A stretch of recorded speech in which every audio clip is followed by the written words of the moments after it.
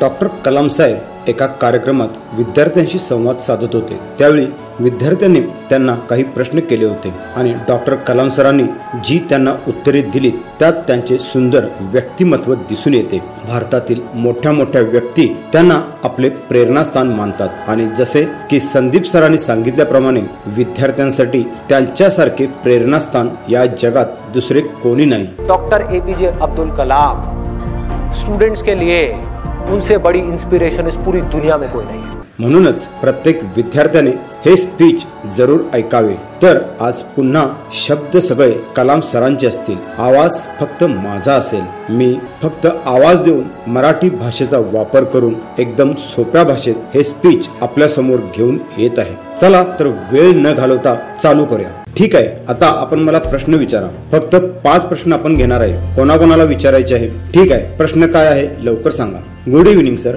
Good evening. कोणत्या वर्गात शिकतेस तू? Sir मी 10वीच्या वर्गात शिकते। माझं नाव गायत्री मोहन आहे। सर माझा प्रश्न हा आहे की रामेश्वरम पासून राष्ट्रपती भवन पर्यंत ही एक बरीच मोठी उपलब्धी आहे ज्याच्या विषयी कोणी विचार पण करत नसेल। आपण लेक्चर देत आहात, आपला प्रश्न विचारा। सर मी आपल्याकडून भावी पिढीसाठी जीवनात यशस्वी होण्यासाठी काही टिप्स ऐकू इच्छिते। ठीक आहे, जीवनात यशस्वी होण्यासाठी मी ऑलरेडी आपल्याला सांगितले आहे, पुन्हा सांगतो। हे 4 नियम निश्चित आहेत जीवनात यशस्वी होण्यासाठी। 4 गोष्टी आपल्याला करायच्या आहेत। नंबर 1 रिपीट करा माझ्या बरोबर, रिपीट करा। नंबर 1 महान लक्ष्य। महान लक्ष्य, माझं एक महान लक्ष्य असेल, माझं एक महान लक्ष्य असेल। मी सतत नॉलेज घेत राहीन, मी सतत नॉलेज घेत राहीन। मी माझ्या लक्ष्यासाठी कठोर परिश्रम करीन, मी माझ्या लक्ष्यासाठी कठोर परिश्रम करीन। मी ठाम राहीन, मी ठाम राहीन। हा एकमेव मंत्र आहे। हो विचार। सर माझं इंग्लिश थोडं कच्चं आहे, मी मल्याळम मीडियम मधून शिकत आहे, मल्याळम मधून बोल, काही अडचण नाही। सर भारताची एक मोठी ताकद आणि एक मोठी कमजोरी काय आहे? भारताची एक मोठी ताकद आणि एक मोठी कमजोरी काय आहे? खूपच छान, फॅन्टास्टिक बॉय। कोणत्या वर्गात शिकतोस? सर 7वीच्या वर्गात। ओके, आता प्रश्नाकडे येऊया। भारताची मोठी ताकद काय आहे? भारताची सगळ्यात मोठी ताकद आहे तुम्ही, जिथे 60 करोड युवक राहतात। ही आहे भारताची सर्वात मोठी ताकद। आता जे मी बोलेन ते माझ्या बरोबर रिपीट करा। युवकांचे प्रज्वलित मन, युवकांचे प्रज्वलित मन। पृथ्वीच्या वर, पृथ्वीच्या वर, पृथ्वीच्या खाली, पृथ्वीच्या खाली आणि पृथ्वीवर, आणि पृथ्वीवर सगळ्यात शक्तिशाली गोष्ट आहे, सगळ्यात शक्तिशाली गोष्ट आहे। तर भारतातील युवक आणि युवकांचे प्रज्वलित मन भारतातील सगळ्यात मोठी ताकद आहे। आणि तू विचारलेस की भारताची सगळ्यात मोठी कमजोरी काय आहे? कमजोरी मिशन शिवाय भारत कमकुवत आहे। एक देश मरून जातो जर त्याच्याकडे एक मिशन नसेल तर, कोणता उद्देश नसेल तर, आणि हीच गोष्ट जीवनात लागू होते। मिशन शिवाय जीवन मरून जाते, त्याचप्रमाणे मिशन शिवाय एक देश मरून जातो। तर प्रत्येक देशाचे आणि प्रत्येक व्यक्तीचे एक मिशन असणे जरुरी आहे। ठीक आहे, पुढचा प्रश्न। सर माझा प्रश्न हा आहे की आपण शास्त्रज्ञ आणि भारताचे राष्ट्रपती म्हणून केलेल्या महान कार्यापैकी कोणती कामगिरी आपल्याला जास्त मौल्यवान वाटते? हे पहा, मी वैयक्तिक विश्वास ठेवतो की मी एक टीचर आहे आणि जेव्हा माझ्या एका विद्यार्थ्याने PhD केली होती तर ती माझ्यासाठी एक शानदार अचीवमेंट आहे असे मी मानतो। ठीक आहे, पुढचा प्रश्न विचारा। अरे वाह, छान। तुझे नाव काय आहे? सर विष्णू दिनागर। कोणत्या वर्गात शिकतोस? सर 5वीच्या वर्गात। तुझे स्वप्न काय आहे? सर IAS ऑफिसर बनण्याचं माझं स्वप्न आहे। वाह, काय भारी, तू खूपच हुशार मुलगा आहेस। मला सांग तुला IAS ऑफिसर का बनायचं आहे? काही हरकत नाही, काही हरकत नाही। माझ्या बरोबर रिपीट कर। एक IAS ऑफिसरच्या रूपात, एक IAS ऑफिसरच्या रूपात मी भ्रष्टाचाराला संपवून टाकेन, संपवून टाकेन। ठीक आहे, आता प्रश्न विचार। सर माझा प्रश्न हा आहे की आपण प्रेम, कंपॅशन आणि ग्रॅटिट्यूड म्हणजेच प्रेम, करुणा आणि कृतज्ञता विषयी काही सांगू शकता? ठीक आहे, प्रेम ते आहे जे आपल्याला आई वडिलांकडून मिळते, ज्याचे काही मूल्य नाही। करोडो रुपये देऊनही आपण ते विकत घेऊ शकत नाही। तर प्रेम ते आहे जे आपल्याला आई वडिलांकडून मिळते, म्हणून आज तू तुझ्या आईला खुश करशील। काय करणार? खुश करणार। कंपॅशन म्हणजे कृतज्ञ विषयी जर सांगायचे झाले तर आज मी जेव्हा प्रवास करत होतो तर 2 लहान मुलं होती जी त्यांच्या आई वडिलांबरोबर होती. ती दोन्ही मुले फिजिकली ठीक नव्हती, पण जेव्हा ते विमानात प्रवेश करत होते तर विमानात बसलेला प्रत्येक व्यक्ती त्या दोन्ही मुलांना प्रोत्साहन देत होते, कंपॅशन दाखवत होते, कृतज्ञता दाखवत होते. आणि हेच आहे कंपॅशन. आणि राहिले ग्रॅटिट्यूड विषयी, आभार प्रकट करण्याविषयी, तर ही एक अशी क्वालिटी आहे जी प्रत्येक व्यक्तीत असणे जरुरी आहे. एका उदाहरणाने आपण हे समजून घेऊया. आपण सूर्याला पाहिलं आहे, सूर्याला पृथ्वीला पाहिलंय. अब्जावधी वर्ष झाले सूर्य पृथ्वीला किरणे देत आहे, उष्णता देत आहे, प्रकाश देत आहे. कधीही सूर्याने पृथ्वीला थँक्यू म्हणायला सांगितले नाही. कधीच असे म्हटले नाही की मी पृथ्वीला गरम ठेवतो, थंडीपासून वाचवतो, प्रकाश देतो, माझ्याशिवाय आपण सगळे लोक मरून जाल. कधीही थँक्यू मागितले नाही.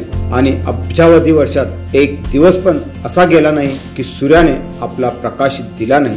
तर पृथ्वी आणि आपण यासाठी आभार प्रकट केले पाहिजेत, ग्रॅटिट्यूड दाखवला पाहिजे. 5 अब्ज वर्षापासून सूर्याने आपल्याला सलग प्रकाश दिला आहे, तर हा आहे ग्रॅटिट्यूड. तू खूप लहान आहेस, पण प्रश्न खूप चांगला केला आहेस. Good evening sir. तू कोणत्या वर्गात शिकतेस? सर, मी 10वीच्या वर्गात शिकते. पुढच्या वर्षी तू कोणता विषय घेणार आहेस? सर, मी बायो मॅथ्स घेणार आहे. हा घेण्याचा हेतू काय आहे? सर, माझ्या मनात आता विचार आहे की मला इंजिनियर बनायचं आहे आणि याच्या बरोबरच मी डॉक्टरसाठीही प्रयत्न करत आहे. परंतु आता जास्तीत जास्त माझ्या मनात इंजिनिअरिंग आहे. ठीक आहे, आता मी आपल्या बरोबर एक चांगला अनुभव शेअर करतो. जेव्हा मी दिल्लीहून तिरुवनंतपुरम प्रवास करत होतो आणि जवळजवळ 4 तास 45 मिनिटं आम्ही विमानात होतो आणि माझ्याजवळ मुंबईचा एक खूप चांगला बिझनेसमॅन बसला होता आणि त्यांनी मला विचारलं की डॉक्टर कलाम, तुम्ही कुठे निघाला आहात? तर मी त्यांना म्हणालो की मी मुलांना संबोधित करायला निघालो आहे. तर त्यांनी मला सांगितले की तुम्ही मुलांना एक गोष्ट जरूर सांगा की नेहमी स्वतःला एक प्रश्न विचारा की माझी आवड काय आहे.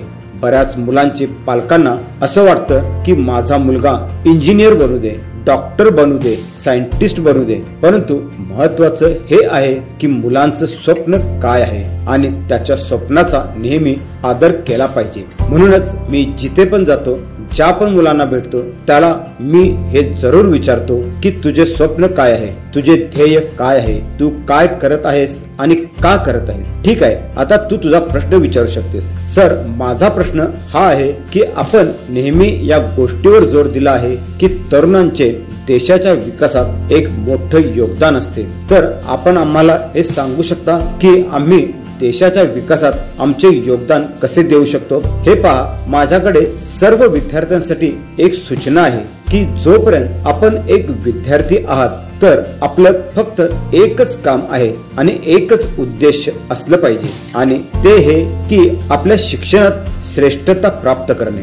याशिवाय इतर कोणत्याच गोष्टीचा विचार करायचा नाही. कारण जेव्हा तुम्ही 12वी पास कराल आणि कोणत्याही क्षेत्रात जाण्यासाठी जे तुम्हाला बनायचं आहे, डॉक्टर, इंजिनियर, मॅनेजर, सायंटिस्ट, यासाठी तुमचे पर्सेंटेज 90च्या वरती असले पाहिजेत. म्हणून मी तुम्हाला म्हणालो की तुम्हाला आता फक्त शिक्षणावर लक्ष दिले पाहिजे. आणि जर तुम्हाला देशासाठी योगदान द्यायची इच्छा असेल तर जर तुम्हाला शनिवार रविवार सुट्टी असेल आणि वेळ मिळत असेल तर तुम्ही संध्याकाळी अशा हॉस्पिटलमध्ये जावा जिथे बरीच गर्दी असते. तर तुम्ही तिथे गेल्यावर पाहू शकता काही असे पेशंट आहेत ज्यांना भेटायला त्यांची फॅमिली, नातेवाईक आलेले आहेत आणि काही असे पेशंट आहेत ज्यांच्या जवळ कोणीही नाही आहे. तर तुम्ही त्यांच्या जवळ जाऊन त्यांना फुलाचा गुलदस्ता किंवा फळे देऊन त्यांना खुश करू शकता अथवा तुम्ही 5 झाडे लावू शकता. आणि जर तुम्हाला शक्य असेल तर लोकांना शिक्षण देऊ शकता.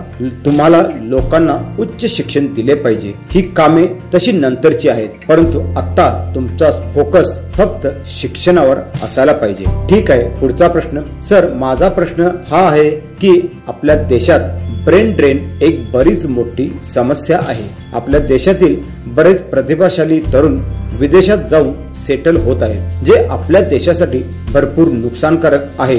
तर सर, याचं काही समाधान आहे? हे पहा, आपल्याला या समस्यासाठी कोणत्या समाधानाची जरूरत नाही आहे.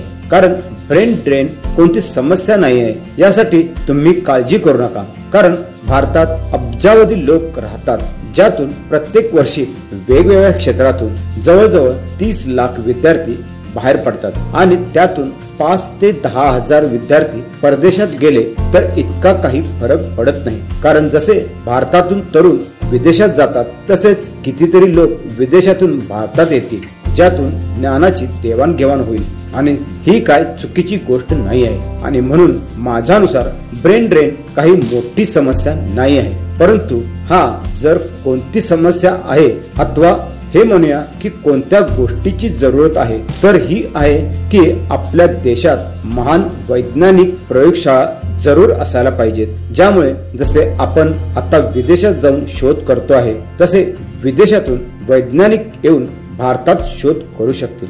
सर, माझा प्रश्न हा आहे की आपण रोज भ्रष्टाचार संबंधित बातम्या ऐकत असतो, तर आपण कोणता उपाय सांगू शकता ज्यामुळे आपण भ्रष्टाचार संपवू शकू अथवा तो कमी करू शकू? हे पहा, जर मी तुम्हाला सगळ्यांना भ्रष्टाचाराला संपवण्याचा मार्ग सांगितला तर आपण सगळे लोक ते कराल, माझे बोलणे ऐकाल? Yes sir. भारतात 1 अब्ज पेक्षाही जास्त लोक राहतात आणि हेच 1 अब्ज लोक 200 मिलियन घरात राहतात. म्हणजे प्रत्येक घरात जवळजवळ 5 लोक राहतात. आई वडील 1 मुलगा 2 मुली अथवा आई वडील 2 मुलगे 1 मुलगी. आणि हे पाहिलं की 200 मिलियन घरातील 60 मिलियन घरामध्ये करप्ट लोक आहेत. आपण विचार करा, फॅमिलीमध्ये एक व्यक्ती भ्रष्टाचार मधून पैसा मिळवत आहे, परंतु जर मुले हिम्मत करून आपल्या वडिलांना म्हणतील की पप्पा, जर आपण भ्रष्टाचार करून पैसे कमवत असाल तर आम्ही तुमची कार, बाईक अथवा स्कूटी चालवणार नाही की त्यामध्ये बसणार नाही, तर ते वडील काही बोलू शकतील? जर सगळी मुले आपल्या वडिलांना असे बोलतील तर अर्धे का होईना परंतु भ्रष्टाचार अर्धा होऊन जाईल, बराच कमी होऊन जाईल. तर मित्रांनो, मी अशी आशा करतो की आपण या व्हिडिओ मधून बरेच काही शिकला असाल. आपली एक लाईक आणि कमेंट मला अशाच पुढील प्रेरणादायी व्हिडिओ बनवायला प्रोत्साहन देत राहतात. तसेच अशाच प्रेरणादायी व्हिडिओ पाहायला चॅनलला सबस्क्राईब करायला विसरू नका. चला तर भेटूया पुढील व्हिडिओ मध्ये. धन्यवाद. जय महाराष्ट्र.